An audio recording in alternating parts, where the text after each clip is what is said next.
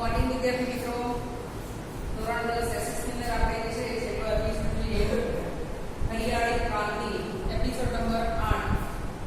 તો આપણા દેશમાં 1960 ના દશકમાં કૃષિ ક્ષેત્રે હરિયાળી ક્રાંતિ સર્જાઈ તે પહેલા આપણે એવો સમયગાળો હતો કે એક સમય છે અનાજની તીવ્ર અછત વર્તાતી હતી।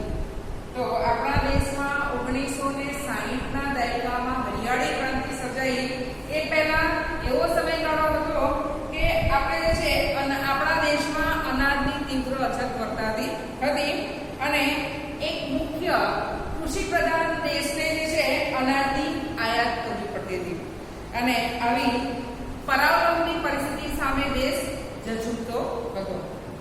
હવે હરિયાળી ક્રાંતિ એટલે શું? તો હરિયાળી ક્રાંતિ કોને કહેવાય? તો બિયારણની સુધારેલી જાતો, રાસાયણિક ખાતરોનો વધેલો ઉપયોગ, દેશના ખેડૂતોનો પ્રચંડ પુરુષાર્થ, બીજ વિતરણની વ્યાપક વ્યવસ્થા, સિંચાઈની સવલતોમાં થયેલો સુધારા તો વગેરે પરિબળોને કારણે કૃષિ ક્ષેત્રે ઉત્પાદનમાં થયેલા અસાધારણ વધારાને હરિયાળી ક્રાંતિ તરીકે ઓળખવામાં આવે છે।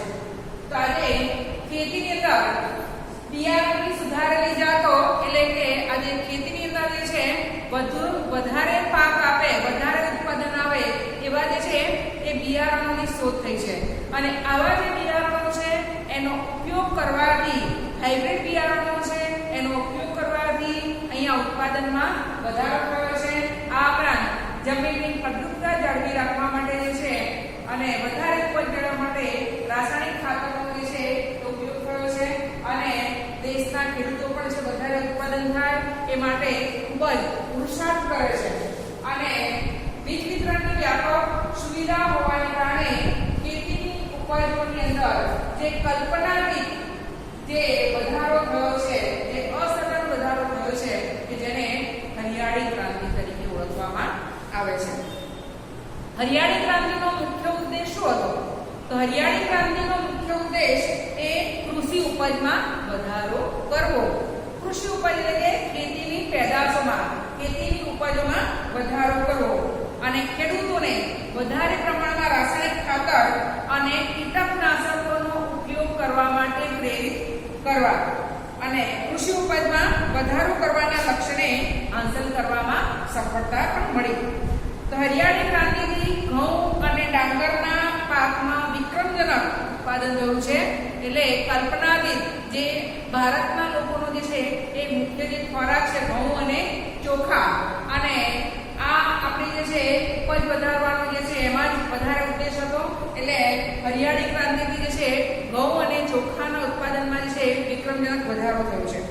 બીજું, દેશમાં પહેલા જ્યાં ખાદ્યાન્ન અન્નની જે છે એ અછત હતી તો ત્યાં આજે અનાજના પર્યાપ્ત ભંડારો છે। તો બીજું, એક સમય ભારતમાં જે છે દુષ્કાળ એ સમયાંતરે અનુભવાતો પ્રકોપ હતો। એક સમય જે છે એ દુષ્કાળ એ ભારતમાં અમુક સમયગાળો થાય એટલે શું થાય કે અહીંયા દુષ્કાળ પડતો હતો અને હરિયાળી ક્રાંતિ પછી હવે તેની ખાસ અસર જોવા મળતી નથી। તો કેમ? અનાજના બફર સ્ટોકને કારણે તો જ્યારે વધારે અનાજનું ઉત્પાદન થાય તો એ અનાજનો આપણે શું કરીએ? સંગ્રહ કરીએ છીએ અને એ બફર સ્ટોકની અંદર જે સંગ્રહેલું જે છે એ અનાજ છે જો જ્યારે દુષ્કાળ પડે તો ત્યારે આપણે જે છે એ દુષ્કાળની જે અછતની, અનાજની જે અછત વર્તાય છે ત્યારે એને સરળતાથી આપણે સામનો કરી શકીએ છીએ। એટલે આપણે કે એક સમયે ભારતમાં દુષ્કાળ એ સમયાંતરે જે અનુભવાતો પ્રકોપ હતો પરંતુ હરિયાળી ક્રાંતિ પછી હવે તેની કોઈ ખાસ અસર જોવા મળતી નથી। તો અનાજના બફર સ્ટોકને કારણે દુકાળ કે અછતની જે છે એ પરિસ્થિતિનો સરળતાથી સામનો કરી શકાયો છે। બીજું, અન્ન ક્ષેત્રે દેશનું સ્વાવલંબન અને હરિયાળી ક્રાંતિની સીમાચિહ્નરૂપ ઐતિહાસિક સિદ્ધિ છે। તો અહીંયા અન્ન ક્ષેત્રે અનાજની બાબતમાં હવે દેશ એ સ્વાવલંબી બન્યો છે એટલે આપણા દેશના લોકોને જરૂરી જેટલું જે છે અનાજ છે એ અનાજનું ઉત્પાદન એ આપણા દેશમાં થાય છે અને આપણે હવે જે છે અનાજ એ બીજા દેશોમાંથી આયાત કરવું પડતું નથી એટલે અનાજની બાબતમાં આપણો દેશ એ સ્વાવલંબી બન્યો છે અને એ હરિયાળી ક્રાંતિની સીમાચિહ્ન ઐતિહાસિક સિદ્ધિ કહેવાય. આમ જોઈએ કે હરિયાળી ક્રાંતિને કારણે અહીંયા કલ્પનાથી ઉત્પાદન થયું છે, અનાજની બાબતમાં આપણે સ્વાવલંબી બન્યા છે, છતાં પણ હરિયાળી ક્રાંતિની પણ કેટલીક નકારાત્મક અસરો જે છે એ સર્જાય છે. તો નકારાત્મક અસરોની જે છે આજે તમે જો કે રોકડિયા પાકોનું વાવેતર વધતા જે છે કે કઠોળ અને ધાન્ય પાકોનું જે છે એ વાવેતર ઓછું થાય છે અને એને કારણે ઉત્પાદન પણ ઘટ્યું છે. તો અહીંયા હરિયાળી ક્રાંતિની આ એક નકારાત્મક અસર કહેવાય કે રોકડિયા પાકોનું વાવેતર વધતા અહીંયા આજે આપણે જે છે કઠોળ અને ધાન્ય પાકોનું વાવેતર અને ઉત્પાદન ઘટ્યું છે. બીજું છે કે અહીંયા એક જ પાકનું પુનરાવર્તન જમીનમાં કરવામાં આવે છે એટલે શું થાય છે કે જમીનની ફળદ્રુપતા ઘટવા લાગી છે.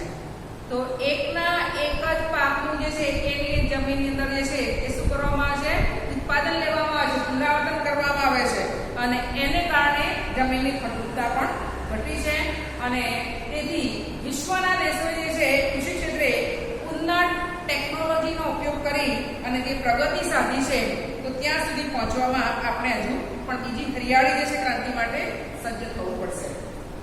હવે ભારતીય અર્થકારણમાં કૃષિનું યોગદાન. ભારતીય અર્થકારણમાં કૃષિનું યોગદાન તો ખેતી એ ભારતનો મુખ્ય વ્યવસાય છે અને આઝાદી સમયે ખેતી ક્ષેત્રે કૃષિ ક્ષેત્રે જે ભારણ હતું તે હવે થોડું ઓછું થયું છે અને તેમ છતાં પણ અહીંયા અર્થતંત્રમાં ખેતીનું મહત્વનું યોગદાન છે. તો ખેતી એ દેશના લગભગ અડધ લોકોને રોજગારી પૂરી પાડે છે. એટલે કે ખેતી દ્વારા દેશના અડધ લોકોને રોજગારી મળી રહે છે અને એટલા માટે ખેતીનું મહત્વ છે. બીજું કે કૃષિ ક્ષેત્ર દેશના કુલ ઘરેલું પેદાશનો લગભગ જીડીપી એટલે ગ્રોથ ડેવલપમેન્ટ એટલે કે 17% હિસ્સો ધરાવે છે.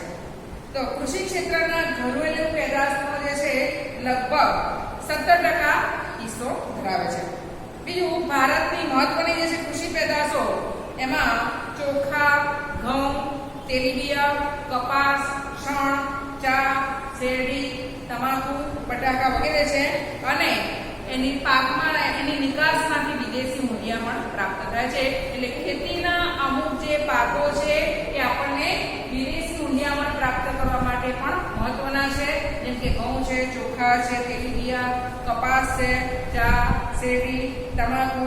તો આ બધા જે ખેતીના જે પાકો છે એની નિકાસ કરવામાં આવે છે અને એનાથી દેશને વિદેશી મૂલ્યામણ પ્રાપ્ત થાય છે. બીજું ખેત પેદાશના ઉત્પાદનમાં વિશ્વભરમાં ભારત એ બીજા સ્થાને છે. બીજું સુતરાઉ કાપડ, ખાંડ, કાગળ, તેલ વગેરે ઉદ્યોગો તથા ખાદ્ય સામગ્રીને લગતા પ્રસંસ્કરણ ઉદ્યોગ માટે કાચો માલ પણ ખેતીમાંથી ઉપલબ્ધ થાય છે. એટલે અહીંયા ખેતીમાંથી આપણને જે છે કે અનાજ તો મળી રહે છે પરંતુ એ સિવાય કેટલાક જે ઉદ્યોગો છે એ કેટલાક ઉદ્યોગોને કાચો માલ પણ મળી રહે છે. જેમ કે સુતરાઉ કાપડ છે તો એના માટેનો કાચો માલ છે એ રૂ એ ખેતીમાંથી, આ ઉપરાંત શેરડીમાંથી ખાંડ, કાગળ, તેલ, તો આ બધા જે ઉદ્યોગો છે અને ખાદ્ય સામગ્રી લગતા છે એ પ્રસંસ્કરણ જે ઉદ્યોગો છે એને માટેનો કાચો માલ પણ ખેતીમાંથી ઉપલબ્ધ થાય છે. બીજું કૃષિ એ ભારતના લોકોને ખોરાક પૂરો પાડે છે. જો કે અનિયમિત અને અનિશ્ચિત જે છે વરસાદ અને સિંચાઈની અલ્પ સગવડને કારણે ખેતી ક્ષેત્રે વૈશ્વિક બજારમાં ભારતનો દેખાવ એ સાતત્યપૂર્ણ રહ્યો નથી. હવે જોઈએ અનાજ સંરક્ષણ. આજે કોઈ પણ દેશ માટે અન્ન સુરક્ષા જરૂરી છે. જો અનાજની માંગ વધતી જતી હોય અને અનાજની મોટા પાયે આયાત કરવી પડતી હોય તો તે દેશ માટે તેની રાજકીય સ્વતંત્રતા જોખમમાં મુકાઈ શકે છે. તો હરિયાળી ક્રાંતિને લીધે આપણે અનાજના ઉત્પાદનની બાબતમાં સ્વાવલંબી બન્યા છે અને પરંતુ અનાજના ઉત્પાદનમાં વધારાની સાથે સાથે જે છે વસ્તીમાં પણ વધારો થયો છે. એટલે આપણે હરિયાળી ક્રાંતિને કારણે છે આપણા દેશમાં અનાજના ઉત્પાદનમાં વધારો થયો છે પરંતુ અનાજના ઉત્પાદનમાં વધારાની સાથે સાથે જે વસ્તીમાં પણ વધારો થયો છે અને એને કારણે અનાજની માંગમાં પણ શું થાય છે? વધારો થાય છે. તો 1951 માં દેશની વસ્તી આશરે 36 કરોડ અને 10 લાખની હતી, જે આજે 125 કરોડથી વધારે છે. તેથી અનાજની માંગ પણ જે છે એ વધી છે. તેમ છતાં આપણા દેશમાં છેલ્લા 5 વર્ષમાં અનાજનું ઉત્પાદન વધ્યું છે. તો 1950-51 માં ભારતમાં 51 કરોડ ટન અનાજ ઉત્પાદન થયું હતું, જે વધીને 2013 અને 14 માં વિક્રમજનક 265.4 કરોડ ટન થયું છે. તો આજે આપણી પાસે એટલું અનાજ છે કે જે દેશની ન્યૂનતમ જરૂરિયાતને પૂરી કરી શકાય, અને આ ભંડાર એ ટકાવી રાખવો, એમાં વધારો કરવો એ આવશ્યક છે. તો અનાજનો બફર સ્ટોક ઊભો કરી અને દુષ્કાળ કે ઓછા અનાજના ઉત્પાદન સમયે અનાજની તંગીને અટકાવી શકાય. અનાજના ગોદામમાં રહેલા અનાજને સાચવવાની વૈજ્ઞાનિક પદ્ધતિઓ અપનાવી અને અનાજનો બગાડ થતો અટકાવી શકાય. અને આ અનાજ એ હજારો ગરીબ પરિવારો છે એને વિનામૂલ્યે આપી અને આવા જે ગરીબ પરિવારો છે એમની ભૂખને મિટાવી શકાય. તો અનાજનો બગાડ અટકાવવો એ આ સમયની તાતી જરૂરિયાત છે. અનાજના સંગ્રહણ અને પ્રબંધનની વ્યવસ્થા સુદ્રઢ કરવી અત્યંત આવશ્યક છે. સરકારે ખાદ્ય સુરક્ષા કાયદો ફૂડ સિક્યુરિટી એક્ટ આ પ્રશ્ન માટે અગત્યનો છે કે સરકારે ખાદ્ય સુરક્ષા કાયદો ફૂડ સિક્યુરિટી એક્ટ દ્વારા ગરીબો સુધી અનાજ વિતરણ કરવાની જોગવાઈ કરી અને એક સારી શરૂઆત કરી છે. છેલ્લો ટોપિક જોઈએ કે ભારતની ખેતી પર વૈશ્વિકરણ અસર. તો ભારતનો ખેડૂત તેની ખેત પેદાશને વૈશ્વિક બજારમાં વેચીને નફો મેળવી શકે એવા ઉદ્દેશથી ખેતી ક્ષેત્રે વૈશ્વિકરણ નીતિ અમલમાં મૂકાય છે. તો વૈશ્વિકરણને લીધે ખેતી ક્ષેત્રે કેટલાક પરિવર્તનો આવ્યા છે, જેમાં ખેતીના પાકોને નિકાસ કે આયાત કરવા માટેની પ્રક્રિયા સરળ થઈ છે. ગુજરાતમાંથી કપાસ, મરચા, તલ ચીનના બજારમાં અને વિશ્વના વિવિધ ફળો એ ભારતના બજારમાં મળતા થયા છે. તો વૈશ્વિકરણથી ભારતમાં બહુરાષ્ટ્રીય કંપનીઓ દ્વારા વેચવામાં આવેલા છે મોંઘા ભાવના જે છે જીનેટિકલી મોડિફાઈડ બીટી બિયારણો આવ્યા અને એના લીધે ખેતી ખર્ચાળ બની છે. જો કે કપાસ અને મકાઈમાં તેનાથી ઉત્પાદનમાં વધારો થયો છે. આયાત સરળ થતાં આપણે જે છે ઘર આંગણે આપણા કૃષિ ઉત્પાદનોનો સ્પર્ધાનો સામનો કરવો પડે. કેટલાક ઉત્પાદનો એ વૈશ્વિક બજાર પ્રાપ્ત થતા તેમાં પેટન્ટ રજિસ્ટ્રેશનની જરૂર ઊભી છે. તો વિશ્વના બજારમાં આપણી ગુણવત્તાસભર કૃષિ પેદાશની પેટન્ટ દેશના નામે નોંધાવવી જરૂરી છે. તો અહીંયા કૃષિ ક્ષેત્રે વૈશ્વિક બજારોમાં થતી સ્પર્ધાનો સામનો કરવા માટે નવી ટેકનોલોજી અપનાવી આ આપણા ગુણવત્તા ઉપર ધ્યાન કેન્દ્રિત કરવું પડશે. કૃષિ ક્ષેત્રે જોડાયેલા જે લોકો છે એની આર્થિક ઉન્નતિ અને સદ્ધરતા વધારવા આયોજનબદ્ધ છે એ પગલાં ભરવા પડશે. અને વધતી જતી વસ્તી અને ભવિષ્યમાં વધનાર કૃષિ પેદાશોની માંગ સાથે આર્થિક પ્રગતિની વિકાસ જાળવી રાખવા બીજી હરિયાળી ક્રાંતિ માટે નક્કર વ્યૂહરચના ગોઠવવી જરૂરી છે. વિદ્યાર્થી મિત્રો, અહીંયા આપણે જે છે આ 10મો પાઠ પૂરો થાય છે. તમારે સ્વાધ્યાય